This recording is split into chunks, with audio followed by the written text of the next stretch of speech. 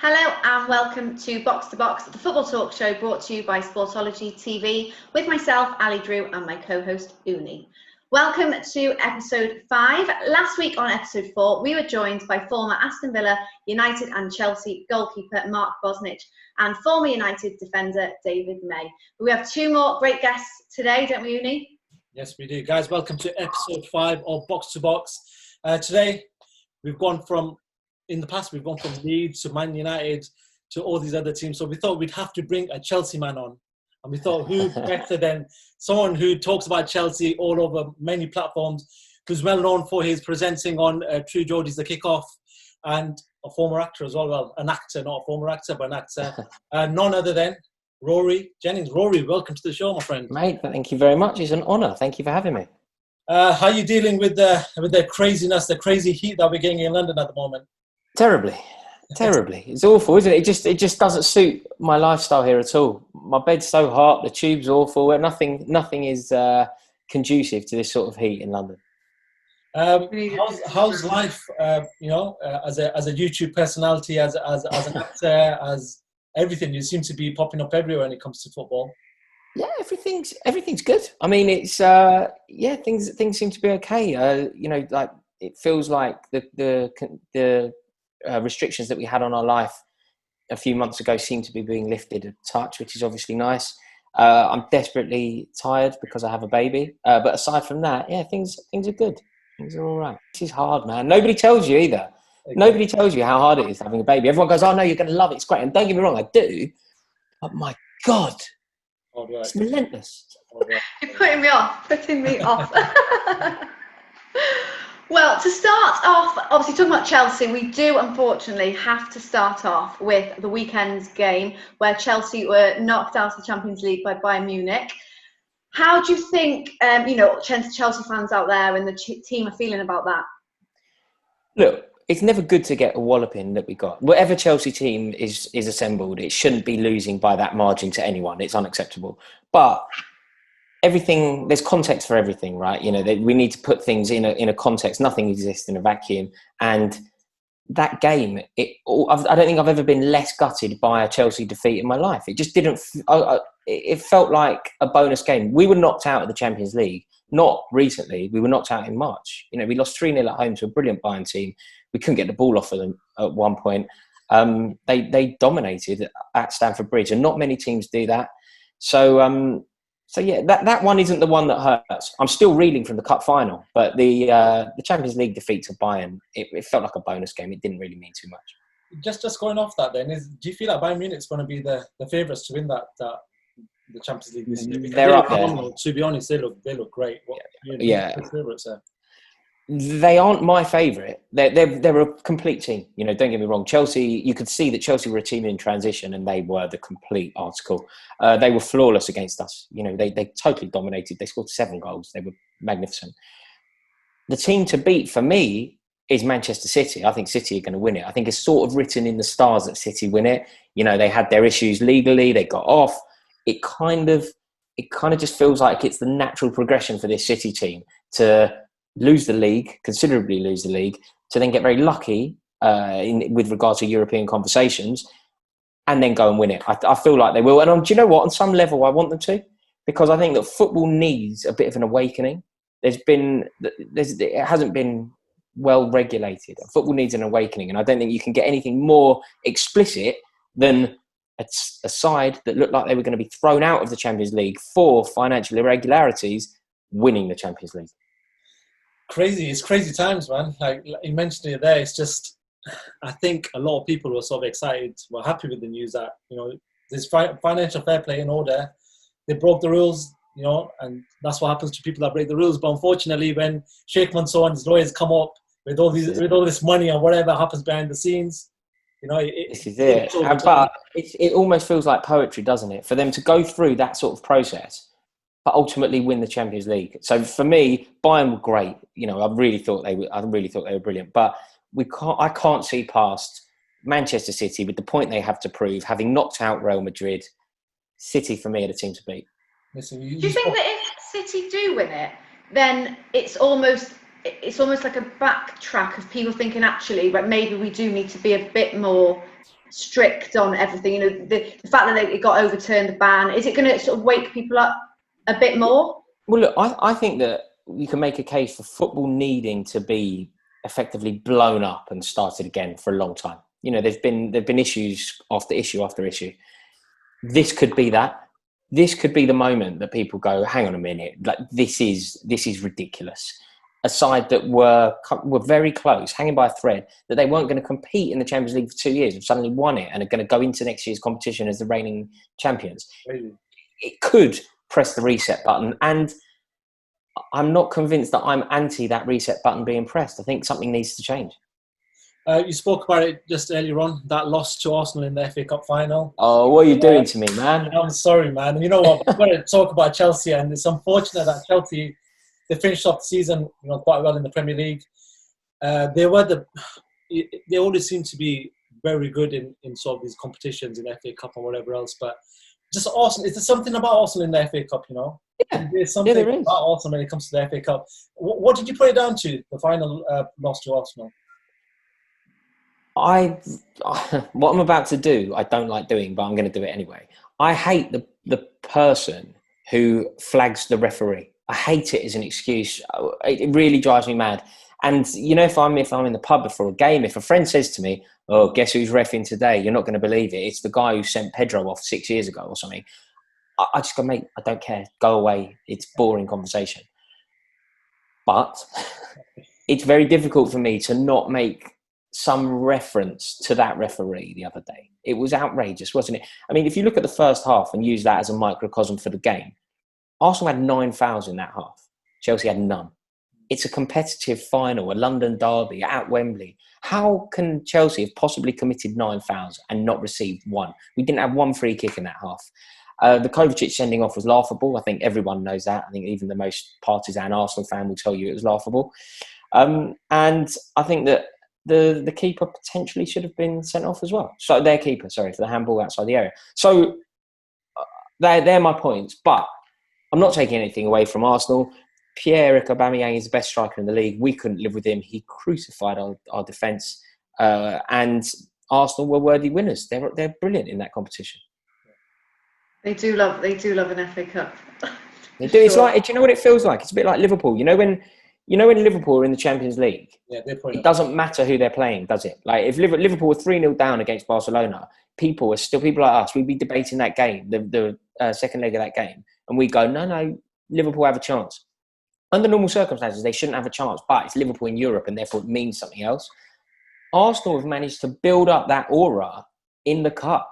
It's like Arsenal Man City in the league. Nobody thinks Arsenal have a chance. Arsenal Man City semi-final of an FA Cup at Wembley. People go, do you know what? Arsenal have a chance here. And they proved they did. Let's just talk about this season, the season that's gone in the Premier League. Frank Lampard came in as your manager, and there was a lot of debate whether you should have gone for someone more experienced, and the Chelsea fans were still umming and ahhing.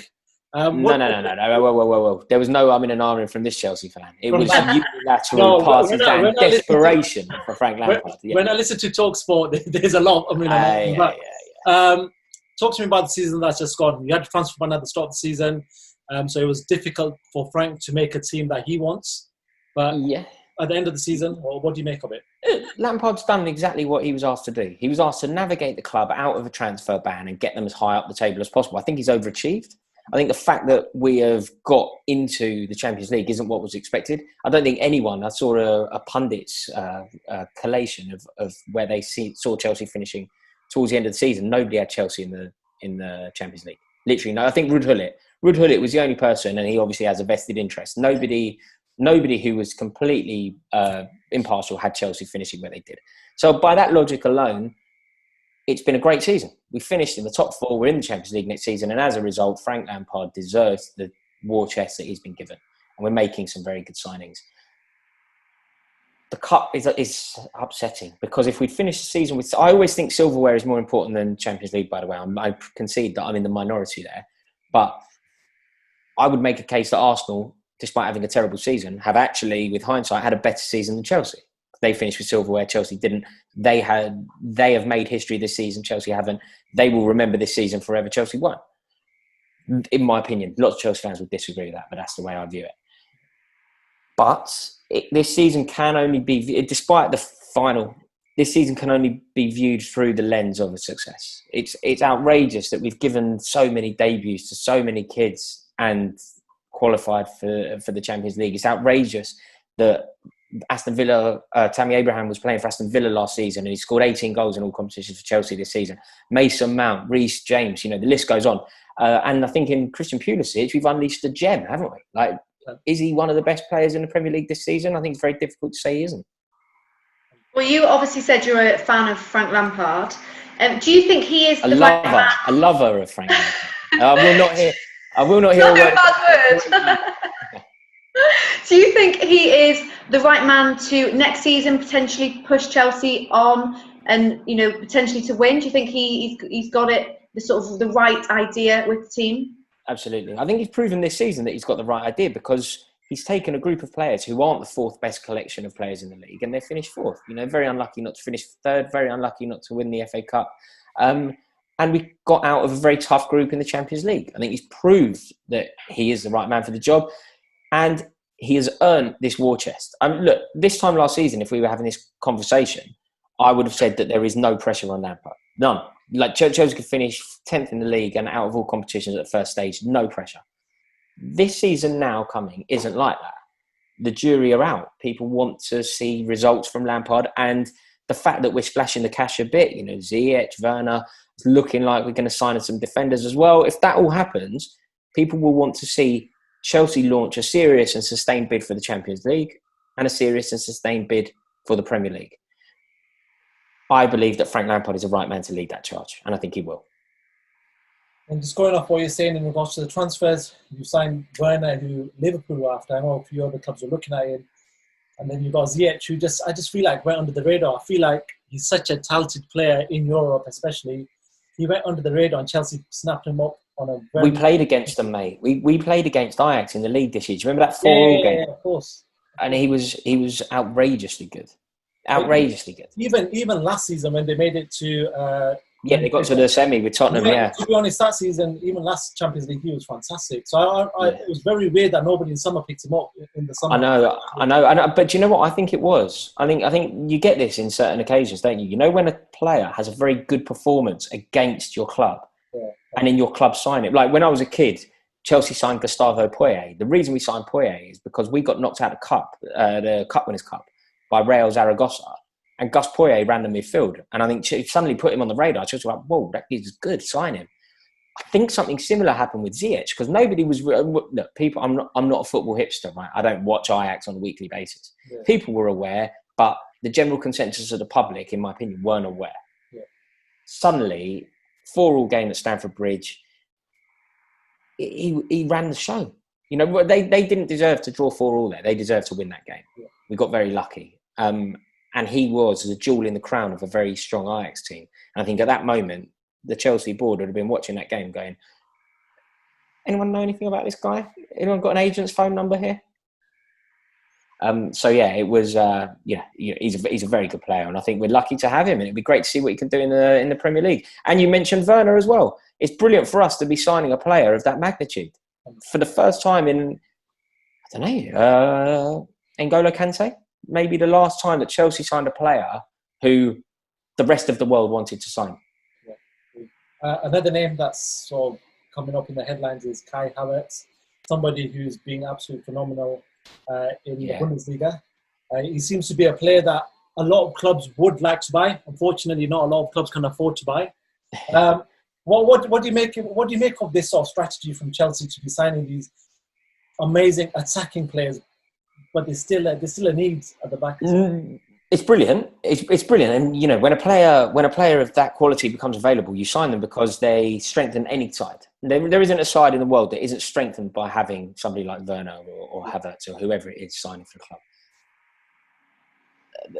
There is a prerequisite that we sign defenders as well. I believe that will come. Otherwise we're in trouble because there isn't a decent defender at Chelsea, really. There isn't. Our best defender, in my opinion, is Kurt Zouma. And Kurt Zouma isn't good enough to be starting for a team that wants to win the Premier League. And he's the best defender at the club.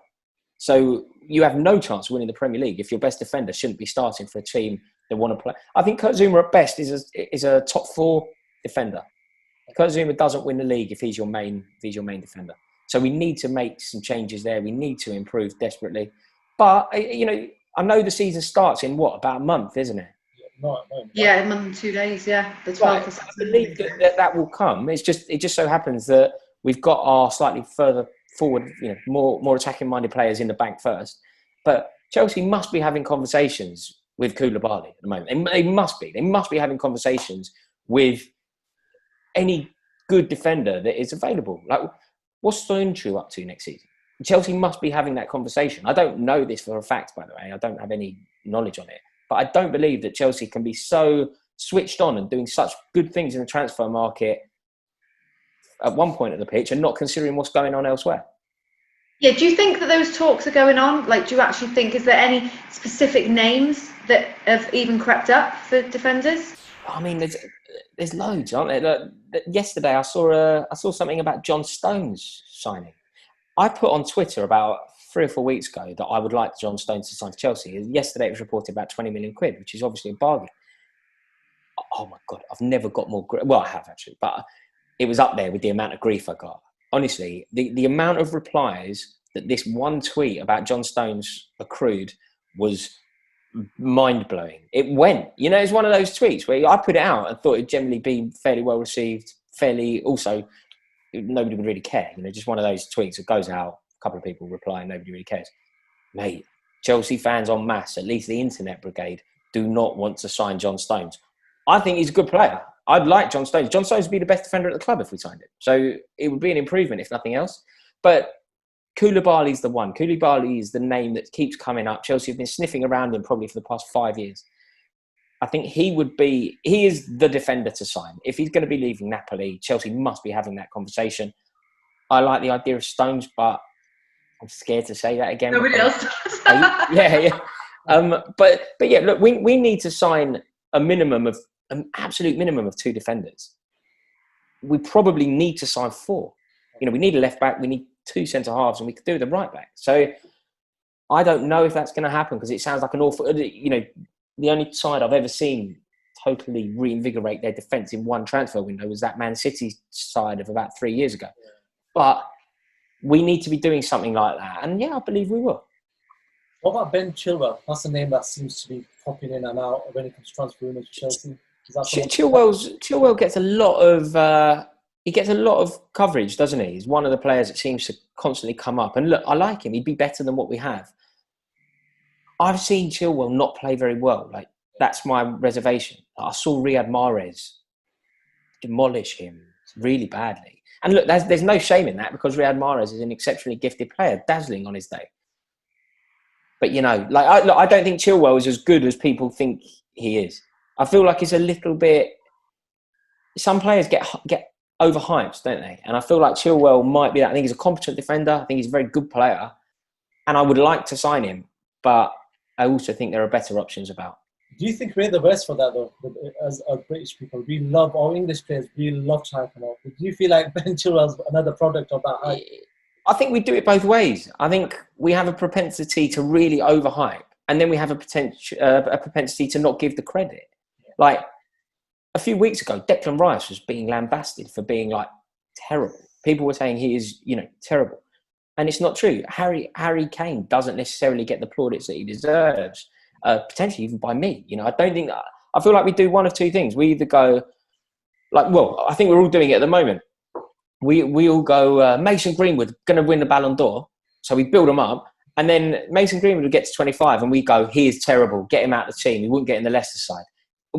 There's no nuance. We always seem to be about the British players. We're always like, Mason Greenwood is going to win a Ballon d'Or within 2 years. Or he's rubbish and let's get rid of him. There doesn't seem to be that balance. And I think with Chilwell, especially, that's what we need, the balance. He isn't comparable to Ashley Cole, but he's also a very good footballer and would improve Chelsea. So it would be a decent signing. What about in goal? Do you think that... Oh, mate, that's where it gets... Now going to be replaced?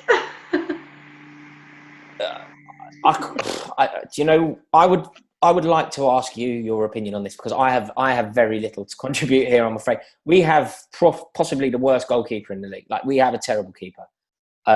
He just isn't good enough. We broke our transfer record for him. We spent £70 million on him. He's about my height, and anyone who knows me will tell you that I'm not a tall man. Like, he doesn't have any authority in the box. He's shaky on crosses. He gets beaten from distance.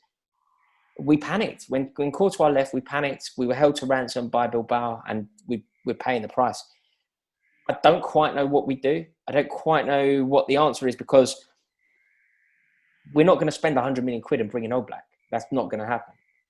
So then you're looking at going, do we... I don't know. I'd like to bring in Nick Pope. You know, you bring in a Burnley keeper. You then potentially let Kepa and Pope tussle for that first spot, for that number one role, which could bring out the most of both of them. But then presumably Kepa's gone from Spanish number one to Chelsea second string keeper. He's not going to be happy with that. The keeper issue is a real problem for us. I don't quite know what the answer is, though. If you have any guidance, please let me know, because it's a problem and I'm worried. Just before we let you go, Rory, we know that you've been a Chelsea fan since whenever you were young, but which one player stood out for you? For me, I'm a United fan, and as old as this man, Eric Cantona. For you, who is it? Frank Lampard. I mean, there's a few players that I fell in love with before Frank Lampard came to Chelsea, because I was of a generation slightly before that. I loved John Spencer. I think he was an incredible player, and he was about 5'5" as well, so I had a special affinity with him. Dennis Wise gets chronically overlooked for being an exceptional footballing talent. You know, he went from playing with Neil Shipperley to running a midfield with Didier Deschamps, and actually at one point keeping Didier Deschamps out of the team. That's how good Dennis Wise managed to change his game and go from a winger to a central midfield player. But if I'm talking about one footballer here, there is only Frank Lampard. I've never known a player like it. He is Chelsea's greatest ever player. They will build a statue for him, and he will lead the club to Champions League glory again, once as a player and once as a manager. Do you think he's going to be the greatest ever manager as well, potentially? Why not? I mean, you know, there are some very big names in that hat. We've been very fortunate, especially of late, with some of our managers. But there is no reason why Frank Lampard does it. You know, he's a young man. He's played under some of the very best. He has all the minerals for what it takes, and he's a proven winner. There's no reason why Frank Lampard doesn't go on to be the greatest ever player the club has had and the greatest ever manager. Going off that, there's always an argument: Lampard, Gerrard, Scholes. Now, you obviously said that Lampard's your guy. He's your favourite guy. You give me an argument on why you surpass. You're not going to like me here, mate. That poster on your left-hand side is proving I already know you're not going to enjoy this. Right. But I'm actually going to change your question, if you don't mind. All right, the debate for me isn't Lampard, Gerrard, Scholes. The debate is Lampard, Gerrard. And I naturally think Frank Lampard. I think the consistency, the volume of goals, the trophy cabinet set Lampard apart. I rate Steven Gerrard so highly as well. Don't get me wrong. I think he's a masterful football player who literally dragged Liverpool to a European final and victory. Paul Scholes, excellent at what he does, but a tiny rung below what the magnificence of the previous. Sorry. He's gone. He's gonna close the laptop now and go. I'm sure. So I'm going to end it now. Rory, thank you so much for joining us. It's been great talking to you. Hey, it's been a pleasure. Thank you so much for having me. I've really enjoyed it. Thank you very much, mate. Definitely when the season starts again. And, you know, we talk football much more. We're going to get you back on, hopefully. Yeah, I'd love to come back on. So whenever's convenient for you, let me know. Thank you very much. Thank you. Great to have Rory Jennings joining us, talking all things Chelsea. Make sure that you like, subscribe and leave some comments for us between all our videos. But make sure you stay tuned. We have part 2 coming up, where we have another great guest, former Liverpool, West Ham, Preston North End, Wigan and Sheffield Wednesday former player and now Sky Sports commentator Neil Mellor.